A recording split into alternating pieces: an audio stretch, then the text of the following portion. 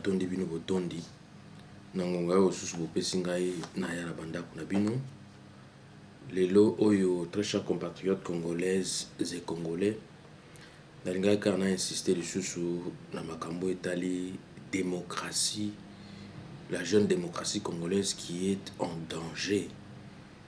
Vous savez, maintenant que nous venons de perdre le père de la démocratie congolaise, qui était donc M. Etienne Tshisekedi Wamulumba, président élu de la République démocratique du Congo. Aujourd'hui, avec tout ce qui se passe là-bas, vraiment, Togo, la démocratie Nabiso, ils ont mis à mal, ils ont en danger. Il y a un solo, il y a eloko oyo biso batu tovandi na diaspora toiko sala.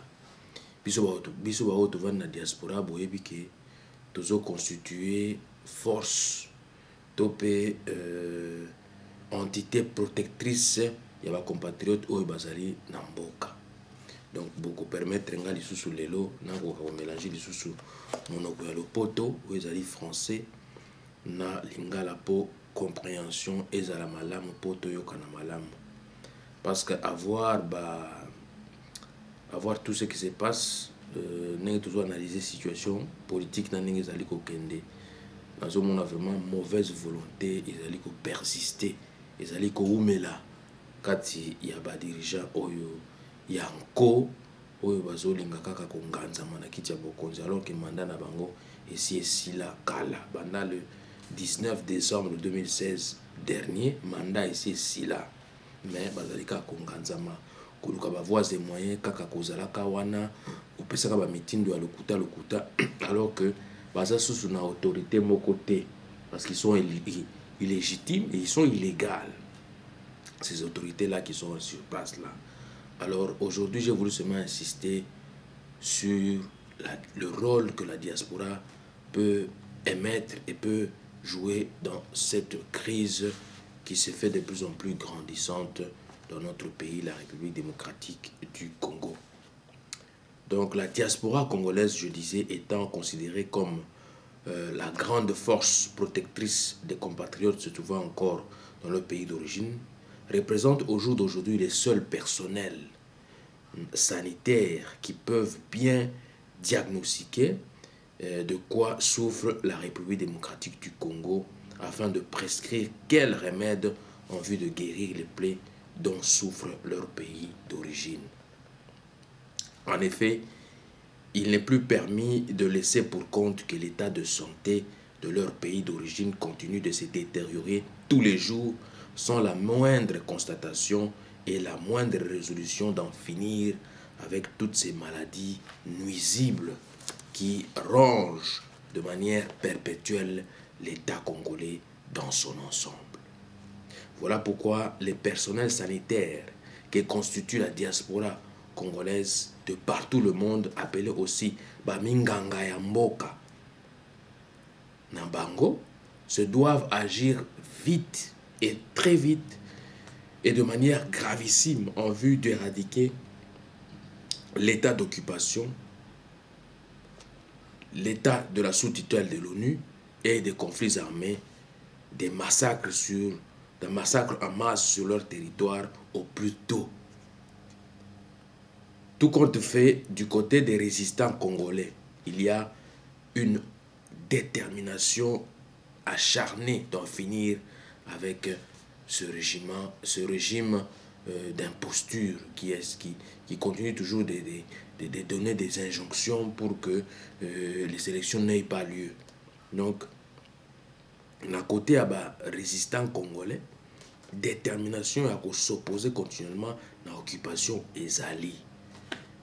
La fois passée, na betela kibino sete, alobaki na bino soki tolingi tolongwa na occupation et loko ni toki ko sala poto longwa na occupation ezali que il faut biso to s'occuper na mboka na biso.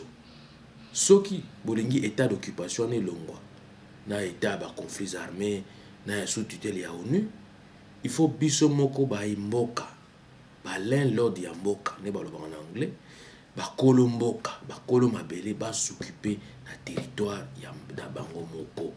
Tous on a ba conflit par-ci par-là. likambo mabele ndenge bazokowela yango tala eloko ezali koboma bapalestinien na baisraélien. Les Israéliens ne veulent pas entendre que l'État palestinien puisse exister. Pourquoi? C'est un droit légitime pour eux d'exister depuis longtemps. Depuis Yasser Arafat qui n'est plus, ils se battent pour être reconnus. Alors laissons les politiques de colonisation et tout ça, mais eux ils veulent toujours continuer avec leur politique de colonisation. Voilà pourquoi moi je me dis, pour notre longwa, na kiboumbu, ya bapaya, na occupation, na état d'occupation, il faut bisoto s'occuper na mboka na biso. Occupation ou inge yolaksanini. Na okende musika te, na kotangela bino buku ya mibeko oyo ezanga mibuku ya droit pona expliquer biso état ya occupation eluba elingi kolaksa nini pe elingi koluba nini. L'occupation consiste dans le fait de prendre possession d'une chose qui n'appartient à personne, à l'intention de se rendre propriétaire. C'est ça l'état d'occupation. Consiste dans le fait de prendre possession. Donc, une possession. C'était comme fut l'époque du roi Léopold II. Il est venu au Congo, il savait que le Congo n'appartenait à personne. Et il est venu s'en approprier. Et en mourant, il lègue aux Belges, parce qu'il était ressortissant belge. Et nous avons, à l'époque, bon, je ne peux pas condamner nos ancêtres, mais face aux armes à feu et tout ce qu'ils avaient à l'époque, mais ils ne pouvaient rien faire. Ils ne pouvaient pas se défendre avec des flèches. Vous tirez des flèches, ça ne va pas loin, ça se limite là. Mais eux, ils avaient des canons, des armes à feu, des dynamites à l'époque. Ce n'était pas facile.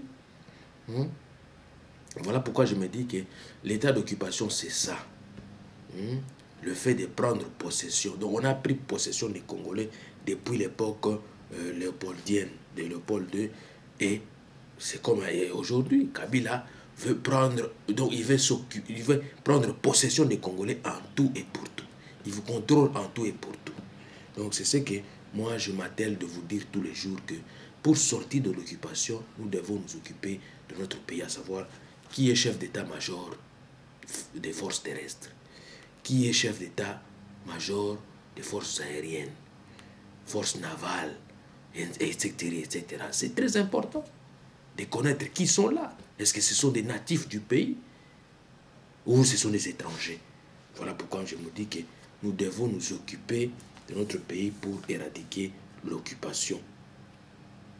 Donc, comme je disais, tout compte fait, du côté des résistants congolais, il y a une détermination assidue de s'opposer continuellement à l'occupation, en demeurant sur le statut de récusateur de toute ingérence extérieure dans la gouverne d'un État qu'ils veulent souverain, digne de ce nom.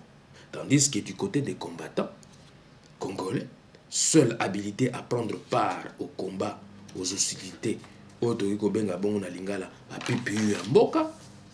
garni du pouvoir de combattre jusqu'à la victoire finale, donc jusqu'à la libération totale, les personnels sanitaires congolais, jadis, appelés donc la diaspora congolaise, demeurent jusqu'à preuve du contraire le seul à l'affectation, à la résolution aux différents conflits qui ont élu domicile dans leur pays d'origine, à savoir la recherche, l'évacuation, le transport, le diagnostic ou le traitement, y compris les premiers secours, ce compris la prévention et la prévoyance en toutes circonstances. Eux qui constituent également la force aérienne par rapport à la force terrestre que représentent leurs compatriotes qui résident encore au pays d'origine. Donc, nous qui habitons l'étranger, nous constituons la force aérienne. Donc, tout ça, l'école mapata. Donc, l'école bangomba. Tout ça, la bino ce qu'on a c'est dengue masolo na bino bozoko sala. Donc, c'est ce que veut dire ce paragraphe-là. Se doivent donc de continuer de mobiliser, de sensibiliser ainsi que d'alerter la communauté internationale sur les enjeux de l'heure. La démocratie est en danger. Le pouvoir en place ne veut pas organiser les élections dans les délais constitutionnels. Il a fait ça. Ils ont fait ça exprès. Ils ont préféré garder leur argent au Panama, détourner l'argent des contribuables congolais, aller placer ça là-bas pour acheter des armes, pour maltraiter et comme vous savez, museler le peuple congolais. Donc voilà pourquoi je dis les médecins traitants congolais travaillent donc à distance. Nous sommes des médecins traitants. C'est nous qui savons, qui pouvons diagnostiquer notre pays souffre de quoi. Et c'est quel remède est-ce qu'on peut faire. Donc les médecins traitants congolais travaillant à distance pour les remèdes adéquats en vue de sauver leur patrie qui est la République démocratique du Congo. Mais sera que dans leur traitement, sauriont-ils donner des produits impropres à la consommation de leurs compatriotes demeurant au pays d'origine? C'est la question que je me pose. Ou continueront-ils à prescrire des produits pharmaceutiques avariés ou périmés pour leurs compatriotes au pays d'origine? Non, je ne crois pas. Je ne crois pas. Face à quelque chose de nocif à la santé des Congolais où qu'ils se trouvent, il leur faut remédier à cette lacune sanitaire. Nous faisons face à un régime criminel, sanguinaire et nocif en même temps. Et dangereux pour le peuple congolais, pour la santé intellectuelle ou morale des Congolais. Se doivent de faire prévaloir leur droit de rétention, qui est une prérogative en vertu de laquelle les Congolais doivent user pour sortir de l'état d'otage perpétuel qu'on est en train de les mettre. Ce n'est pas normal, nous ne pouvons pas continuer comme ça. Nous devons remédier à tout ça. Nalingala tolobi boy. Et des produits oyo babengi Kabila, topé Kabili, et s'est expiré bana le 19 décembre 2016. Et que Nangonga oyo, et Sengeli Sikoyo, bino mokobo se prendre en charge. Ndenge Yemoko, le président élu à Bana Ikoloba. Prenez-vous en charge. Pambate, Namutu oyo azali, kusala matoi mangongi na eloko ya bato. Et Sengeli to prévaloir, pe to ikampiko. Na kotiaka ba pression ya mutindo na mitindo ya ndenge na ndenge. Mboka na biso mabeli na biso za RDC tokoko tikela ngo moto moko te bien bato moko te banganza ngo na nko. Yango eloko to bengi droit de veto. Biso ba oyo toza na droit de veto, c'est le peuple congolais. Nde baza na droit de veto na mboka wana na territoire congolais wana. Ya ko disposer na mboka na bango kaka na nyonso oyo basengeli kosala lelo lobby tope lobby okuna na lopoto oyo babengi droit à l'autodétermination. Disposer de vous-même, c'est ça. Quand on dit prenez-vous en charge, c'est le droit de l'autodétermination, à l'autodétermination qui doit prévaloir. C'est donc l'autodétermination, c'est quoi? Je vais résumer ça en bref. C'est l'action pour le peuple congolais de prendre en main son propre destin, c'est-à-dire de choisir librement son statut international et son organisation politique et administrative. Donc, le droit collectif qui ne peut être mis en œuvre qu'au niveau d'un peuple. Aussi le droit de se prendre en charge, comme je vous l'ai dit, et de ne disposer que de soi-même et des personnes d'autres. C'est ce que moi je vous exhorte. Nous travaillons à distance, mais nous sommes toujours en corrélation avec vous qui êtes sur le terrain, de dire que ça n'est fini. La démocratie est en danger, le père de la démocratie n'est plus, mais nous qui sommes célibataires officiels et reconnus, nous devons nous battre pour démocratiser totalement ce pays-là et en finir avec ce régime d'occupation. Donc voilà le message en bref que j'avais à passer aujourd'hui. Ça fait très mal, mais nous qui sommes licenciés dans la défense de ce pays, de ce territoire qui est là, nous n'allons pas nous fatiguer. C'est un devoir de tous les jours. C'est une obligation. C'est un mandat donc infini, un mandat qui ne prendra nullement fin. Donc voilà pourquoi je vous dis, nous devons disposer de nous-mêmes. C'est ça le droit à l'autodétermination et d'en finir. Parce que je vous ai dit que nous, les membres de la diaspora, nous sommes disposés à contribuer pour que les élections se tiennent selon les accords du 31 décembre 2016 dernier.